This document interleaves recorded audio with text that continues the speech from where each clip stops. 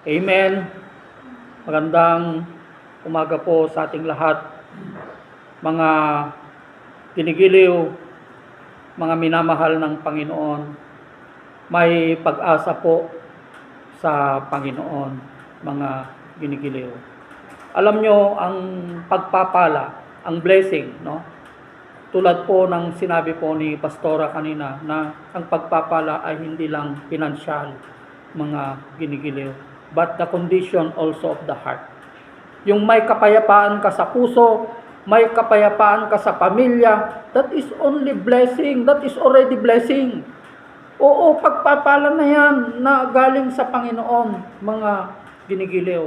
Oo, napakagandang pagpapala po yan pag may kaayusan sa pamilya, walang nag-aaway, walang maayos, may pagmamahal ang mag-asawa, 'di ba?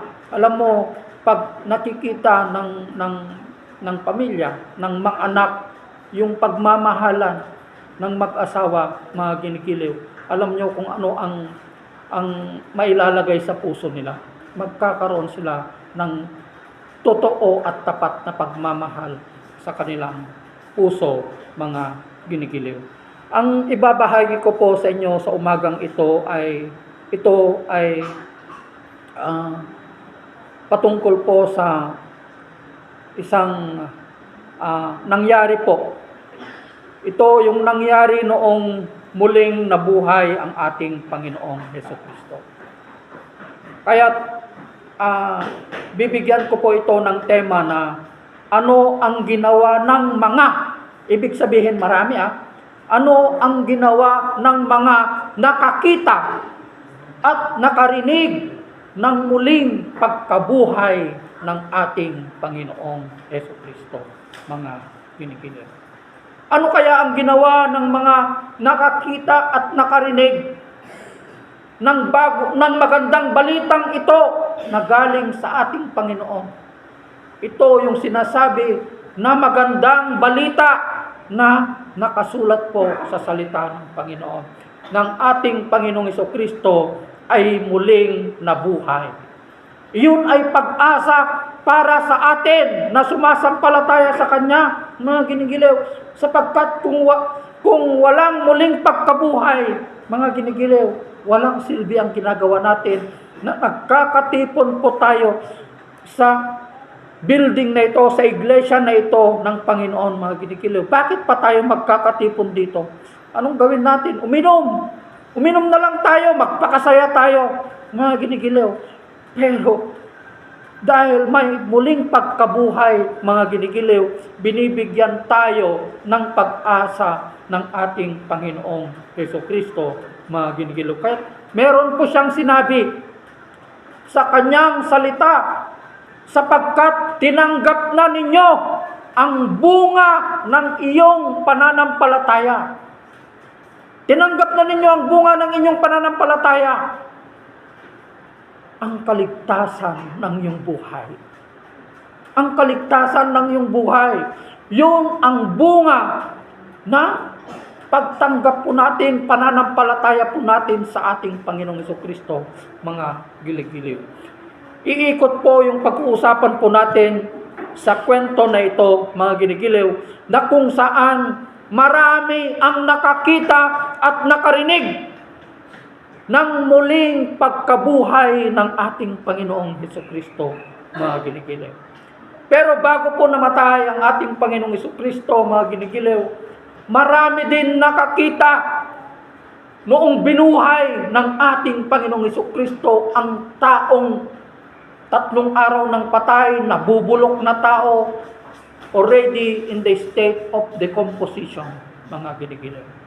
Sino kaya ang may kayang gumawa ng mga milagro na ito, na himala na ito, na bubuhayin mo yung naaagnas na tao? Di ba? Wala pa tayong nabalitaan na gumawa ng kamangha-manghang bagay, mga ginigiliw, nabubuhayin niya yung naaagnas ng tao. Mabaho na, lumalabas na yung mga uod sa katawan, pero ibinalik niya ang kanyang buhay.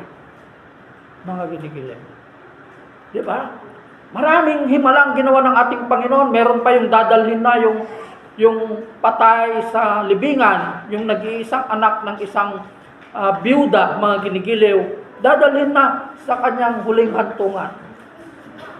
Binuhay ulit ng ating Panginoong Jesucristo ang batang na ito na patay. Maraming kwento ang ginawa ng ating Panginoong Jesucristo na kanyang binuhay. So, ibig sabihin, ang kayang gumawa namang ng mga bagay na ito, nasa Kanya ang pagka-Diyos ng Diyos, mga ginigilew. Subalit dito sa kwento na ito, kaya binigyan ko ng tema, ano ang ginawa ng mga nakakita at nakarinig ng magandang balita ng muling pagkabuhay ng ating Panginoong Jesucristo. Alam nyo, yung mga lingkod ng ating Panginoong Jesucristo, yung kanyang mga disipulo, mga ginigilew, alam nyo, nung nakita nila ang muling pagkabuhay ng ating Panginoong Jesucristo, alam nyo ang ginagawa nila? Nagkakatipon na sila sa isang lugar. Doon na sila nagkakatipon, nagpupuri sila sa Panginoon. Alam niyo ba ang ginawa nila? Ibinenta nila ang kanilang ari-arian. Yun ang ginamit nila sa kanilang pang-araw-araw na paglilingkod sa Panginoon. Nagkakatipon na sila sa isang lugar upang magpalakasan, magpuri, magbahagi ng salita ng Panginoon. Ganun na po ang ginawa ng mga nakarinig, nakakita ng muling pagkabuhay ng ating Panginoong Jesucristo. Kung babasahin po natin ito sa mga gawa at sa mga nakarinig ng katotohanan, mga ginigilew, nakarinig ang patungkol sa ating Panginoong Jesucristo, mga ginigilew. Meron siyang sinabi dito na yung mga bantay na nakakita ng muling pagkabuhay ng ating Panginoong Jesucristo. Ang sinabi niya dito, ang una nilang nakita, yung anghel na puting-puti ang kanyang damit. Napakaputi ang kanyang damit. Kaya't nung nakita nila ang anghel ng ating Panginoong Jesucristo, sila ay bumagsak, natumba sila kasi hindi nila kayang tignan, hindi nila kaya ang presensya ng ating Panginoon, mga ginigilew. Kahit anong nangyari, mga ginigilew, nung paalis na sana ang mga taong ito dahil nagbigay ng instruction ang anghel ng ating Panginoong Jesucristo na pupuntahan niya sila sa anong lugar yung pupuntahan nila?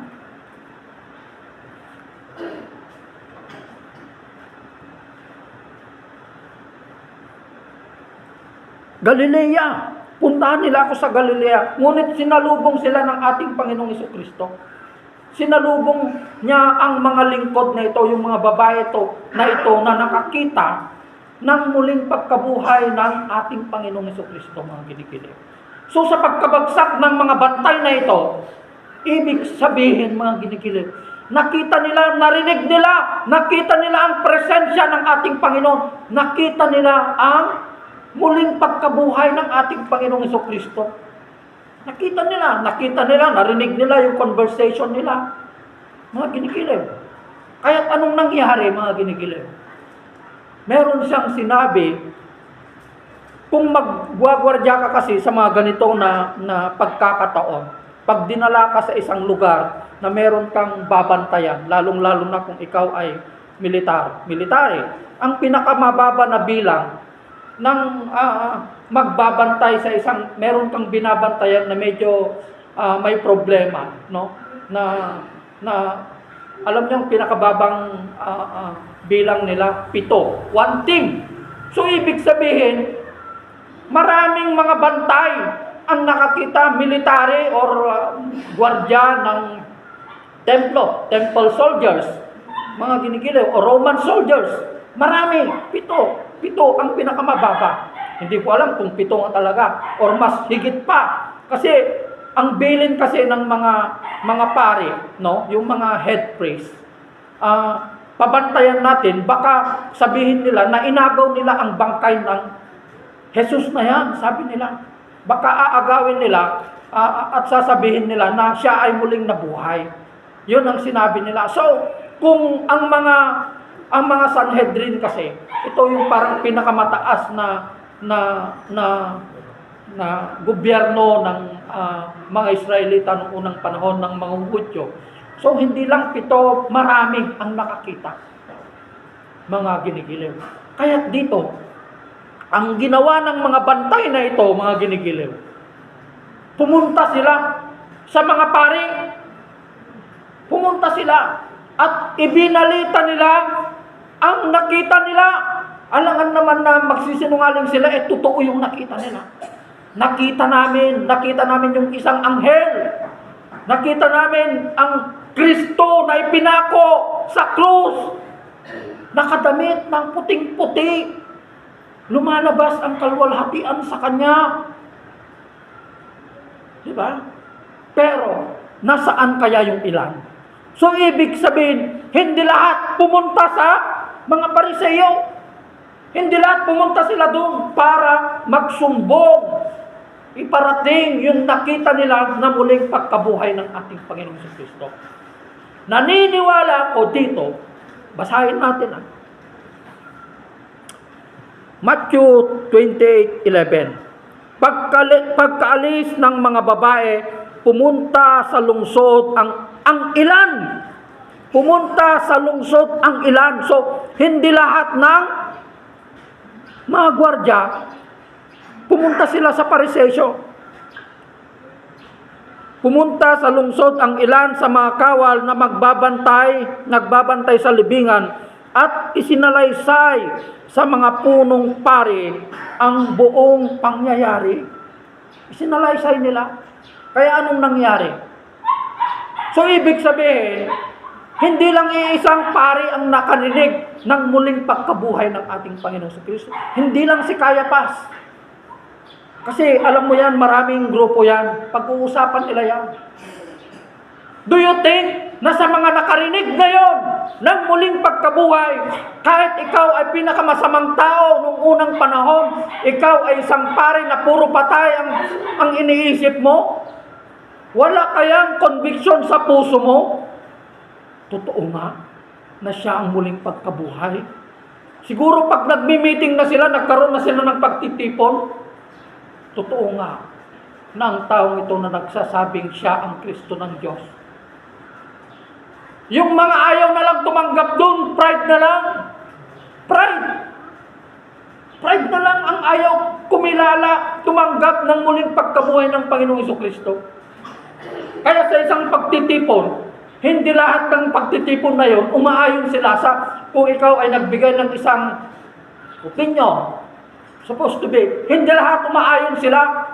Pero yung iba, nakikaayon na lang sila dahil natatakot sila sa'yo dahil ikaw ang head. Wala na silang magawa kasi ikaw ang pinakapuno Pero naniniwala ko sa pagkarinig ng mga taong ito ang muling pagkabuhay ng Panginoong Jesucristo sa pagtitipon na yon. Naniniwala ko na meron na convict na bago ang buhay niya na isang Pariseo. Ang isa na dito na nabago ang buhay si Nicodemus. Naniniwala rin ako kay Gamaliel na naging guro ni Pablo, naging guro nila ng mga ito, na naniniwala ko na siya ay sumampalataya at naniniwala rin na ang ating Panginoong Jesucristo, siya ang tagapagligtas, mga kinikilig. Nasaan yung ilan? Hindi lahat pumunta. Nasaan pumunta yung ilan? So, ibig sabihin na lang natin 3 ang pumunta sa mga Pariseo, sa mga pari. Yung 4, kasi gawin na lang nating 7, 1 team. Yung 4, umuwi sila sa kanilang pamilya. So, kung narinig mo yung katotohanan, narinig mo, nakita mo yung muling pagkabuhay ng ating Panginoong Jesucristo, anong gagawin mo? Luluhod ka. Diba?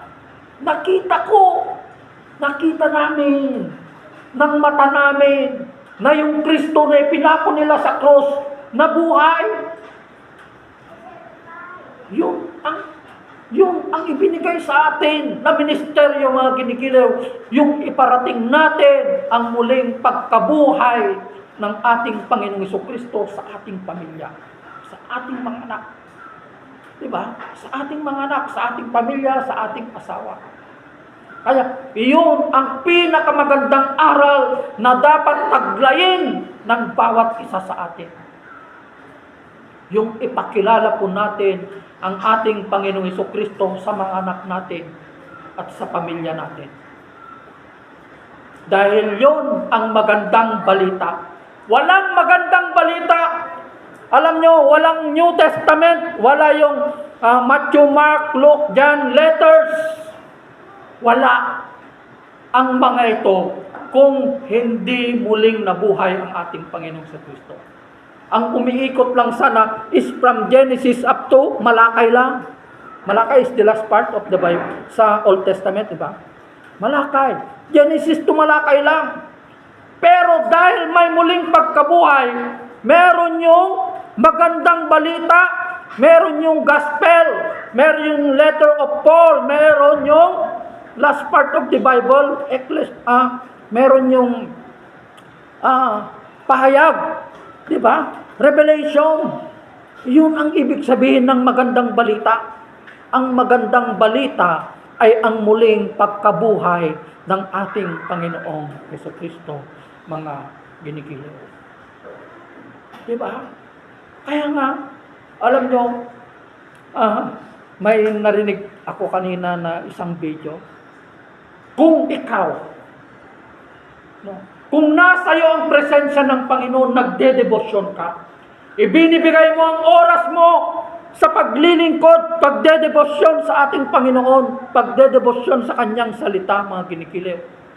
Even the king, kahit yung pinakamatapang na hari, they can be influenced. Pwede silang ma-influensyahan. Pwede nilang sambahin ang Diyos na pinaglilingkuran. Diba? Ano ang ginawa ng, alam niyo yung kwento ng tatlong magkakaibigan? Ba yung tatlong Israelita na ito? Si Meshach, Shadrach at Abednego. Diba? Si Meshach, Shadrach at Abednego. Nung nakita ng hari yung pananampalataya ng tatlong kabataan na ito, nung inilagay sila sa pugon, mga ginigilaw, yung hari na ito, na pinakamatapang na hari na si Nebuchadnezzar, sinamba niya ang Diyos. Maraming nabago ang buhay, marami ang na-influensyahan ng buhay. Nung nakita nila yung pananampalataya ng tatlong ito, na matapang, ipinakita nila ang kanilang paglilingkod, pananampalataya sa ating Panginoong Jesucristo, mga ginigilaw. Diba? Oo, pati pamilya susunod yan. Diba? Lahat, magulang mo, kapatid mo, sa loob ng tahanan mo, susunod sila. Oo.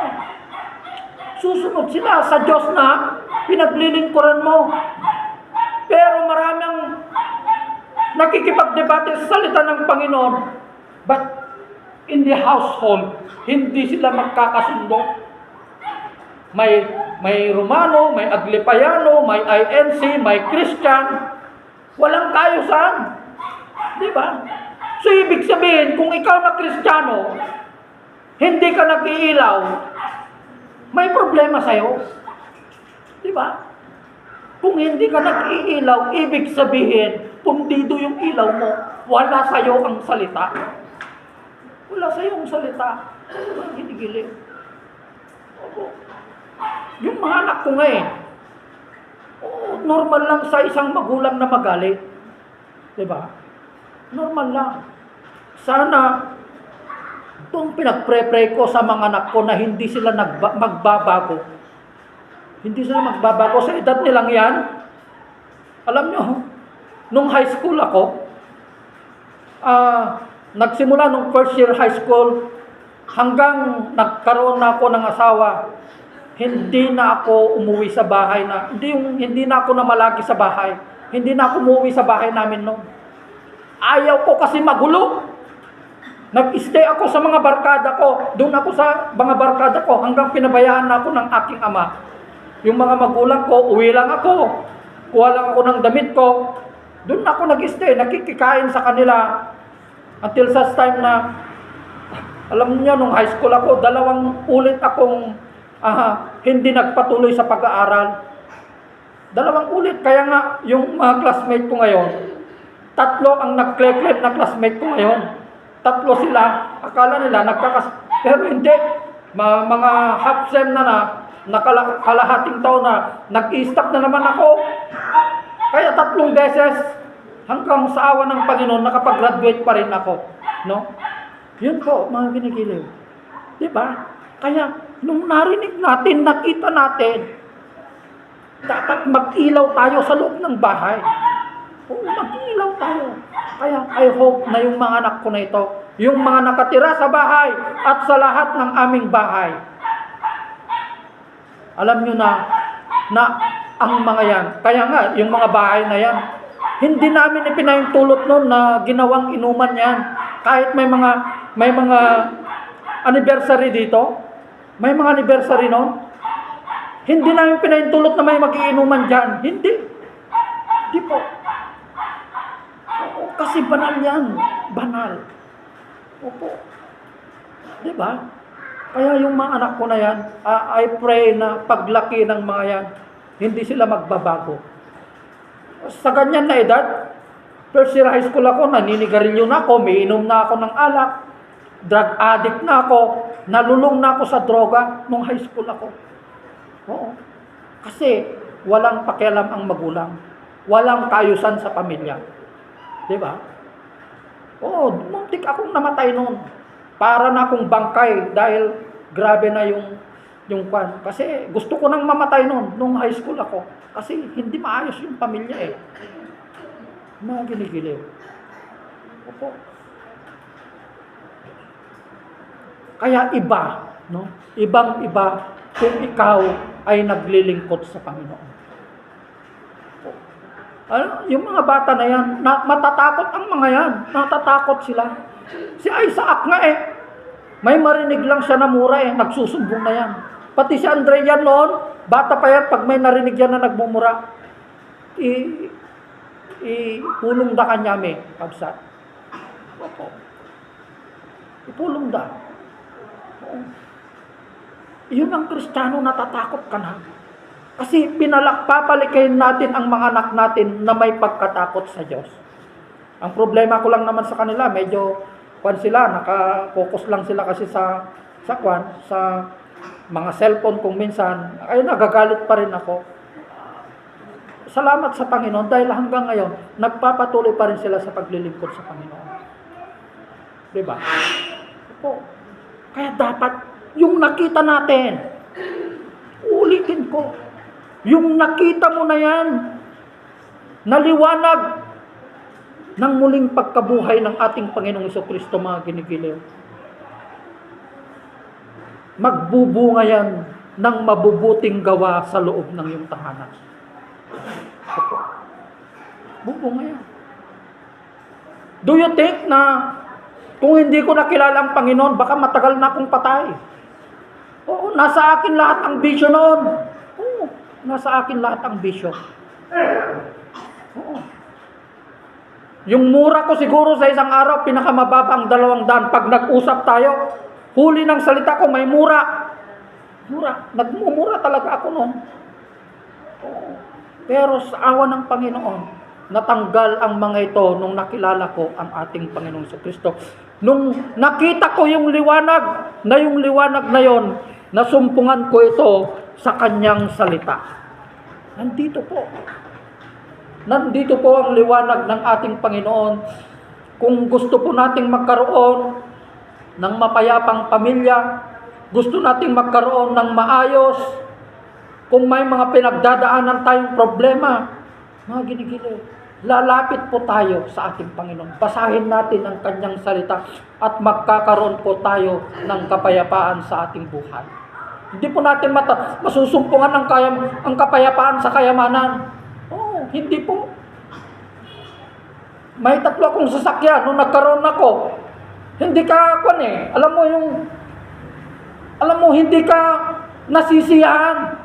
Totoo nga yung sinabi ng Ecclesiastes. Habang tumataas yung standard of living mo, ang dami mong hinahanap. Ang dami mong hinahanap. Pero kung andyan na, parang wala na. Parang wala nang kwenta sa'yo. Iba pa rin yung nasa presensya ka ng Panginoon. Di ba? Opo. Iba pa rin yung naglilingkod ka sa Panginoon dahil mararamdaman mo the peace that surpasses human understanding, na yung kapayapaan na ito, ang magbibigay lamang ay ang ating Panginoon. So I hope you are being inspired and encouraged, mga ginigiliw. Tayo po ay tumayo at manalangin.